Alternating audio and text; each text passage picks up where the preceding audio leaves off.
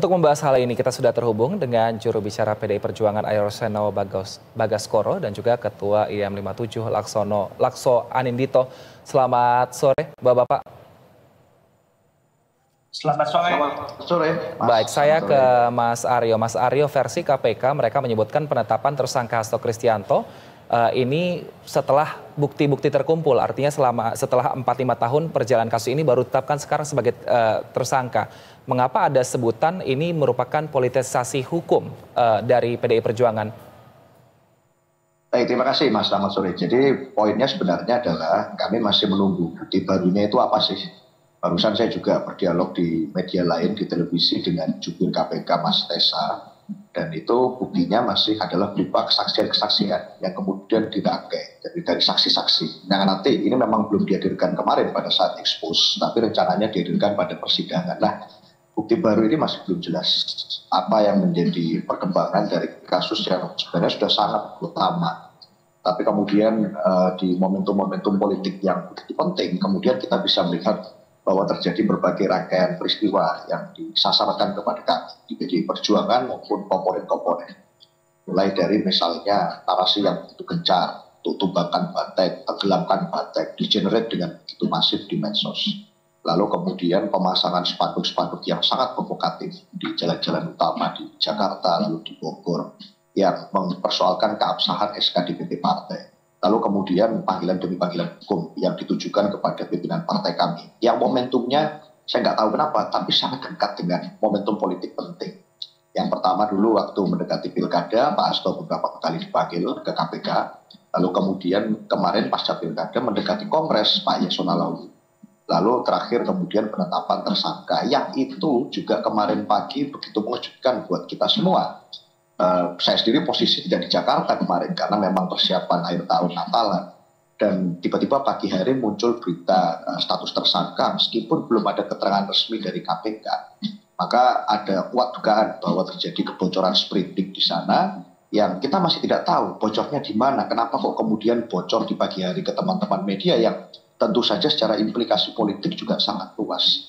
Maka buat kami menyimak perbincangan di publik juga sangat sulit untuk menjauhkan semua rangkaian peristiwa itu dari upaya politisasi hukum. Kami tentu berharap sebagai warga negara yang baik, penegakan hukum kita berkeadilan dan profesional. Karena sejauh ini yang kami lakukan sebagai bukti cerminan warga negara yang baik, kami pada saat kader-kader partai diminta untuk memberikan keterangan oleh penegak hukum, pasti selalu hadir. Pak Hasto dipanggil di KPK selalu hadir, Pak Yasona Lawli selalu hadir, selalu kita kooperatif. Maka di saat yang sama kita juga mengharapkan itu dari penegakan hukum kita, tidak ada titipan, tidak ada politisasi, bisa profesional demi penegakan hukum yang berkeadilan. Itu Mas. Baik, saya ke Mas Lakso. Mas Lakso, memang benar KPK jika misalnya menentukan seseorang menjadi tersangka ini ada momen-momen seperti ini yang tadi nilai Mas Aryo ini karena mau Kongres PDI Perjuangan, kemudian akhirnya ditentukan sekarang untuk status tersangkanya. Apakah memang ada seperti itu?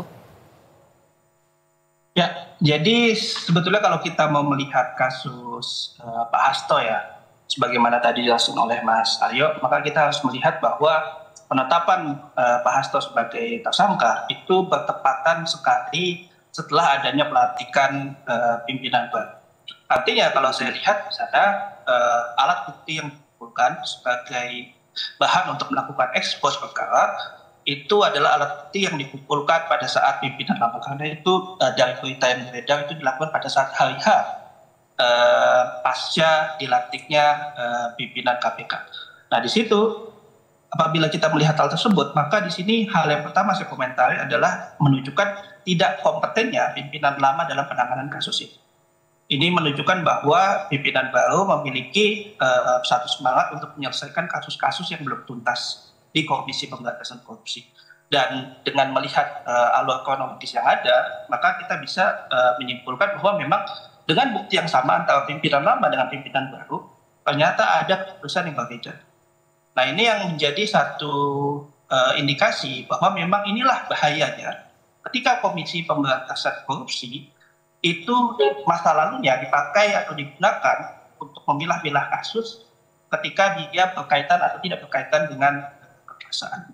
Nah, jadi kalau saya melihat di sini saya mengapresiasi apa yang dilakukan oleh Ketua KPK yang menetapkan Hasto Kristianto menjadi tersangka karena ini merupakan tunggakan. Bayangkan saja sudah hampir 4 tahun ya kasus itu berlangsung, tetapi sama sekali tidak ada perkembangan dan hari ini kasus itu Jadi ini ada 2 hal yang menjadi kata kunci di sini.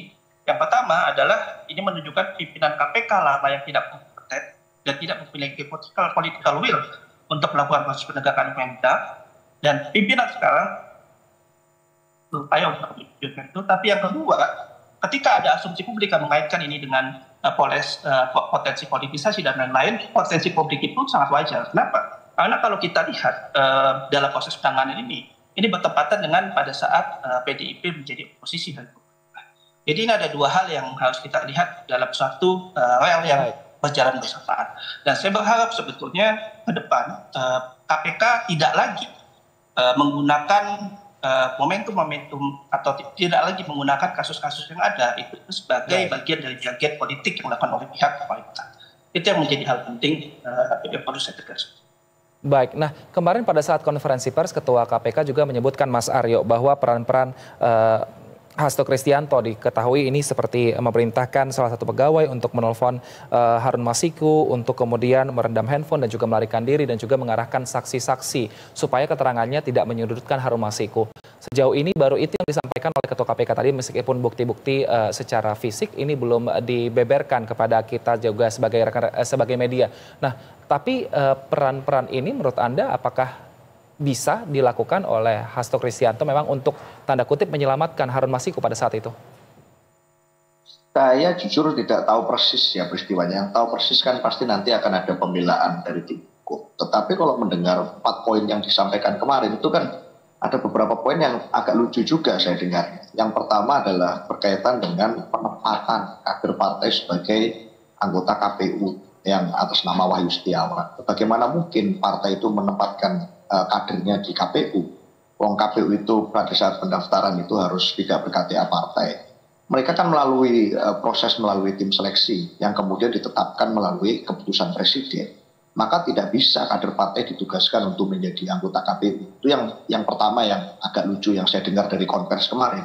Yang kedua soal penetapan DCT ya, daftar caleg tetap. Kalau dikatakan HM itu orang Toraja lalu dimajukannya di dapil yang lain, itu kan hal yang biasa terjadi di berbagai partai. Tidak selalu orang yang lahir di mana harus dicalegkan di satu tempat. Itu berdasarkan berbagai pertimbangan penetapan DCT itu dan merupakan keputusan DPP partai masing-masing yang itu kalau dicari seluruh partai saya rasa juga melakukan itu.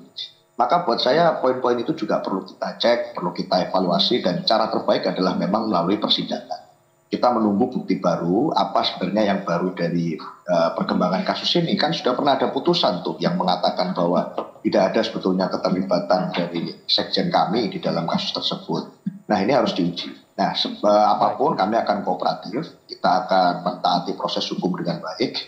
Tentu kita juga akan menunggu semua tim hukum saya rasa hari ini sedang mempersiapkan untuk bagaimana proses persidangannya berjalan dengan baik nantinya. Yang pasti dari poin-poin kemarin ada beberapa hal yang sebenarnya harus kita kritisi karena itu tidak pas, tidak cocok mengatakan bahwa Wahyu Setiawan itu kader partai itu adalah suatu pernyataan fatal sebetulnya karena tidak ada ceritanya seperti itu di KPU di mana-mana tidak ada. Itu dulu Mas.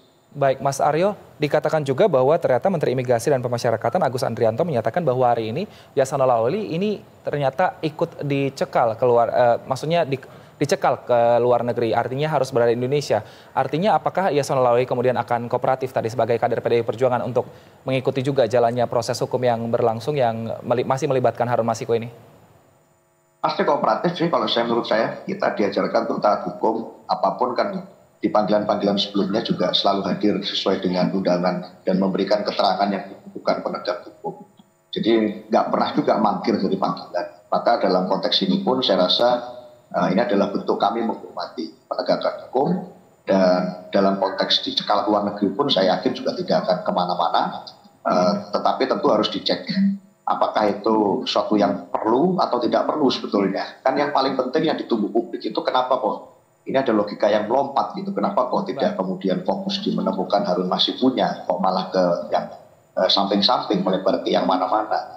Saya kira yang paling penting kan adalah publik membutuhkan jawaban itu, penangkapan yang definitif terhadap pelaku utama, lalu baru bicara yang lain-lain. Ini kan enggak, tapi momentumnya juga sangat dekat dengan hajatan-hajatan politik penting. Itu yang saya rasa harus kita kritisi. Baik, Mas Lakso, singkat saja, mungkin supaya tidak menjadi banyak pendapat. Apa yang harus dilakukan oleh KPK? Apakah perlu melampirkan bukti-bukti fisik supaya tadi kita semua bisa menerima dan juga bisa melihat secara langsung, secara terang kasus ini? Ya, kalau saya lihat sebetulnya tidak ada kewajiban bagi KPK untuk membuka bukti-bukti yang ada. Karena bukti-bukti yang ada itu merupakan salah satu bagian dari proses penyidikan. Dan menurut saya penerapan yang dilakukan oleh KPK dengan adanya pasal terkait dengan merintangi adalah sudah cukup tepat. Kenapa? Karena pada saat itu perlu diingat malam kejadian pada saat proses KPK melakukan operasi tangkap tangan pun penyidik KPK dihalang-halangi oleh pihak-pihak tertentu dan menurut saya bukan hanya Hasto Kristianto yang perlu ditetapkan menjadi tersangka atas menghalang-halangi. Perlu dilakukan proses penyelidikan yang komprehensif untuk melihat siapa saja yang menghalang-halangi pada malam tersebut.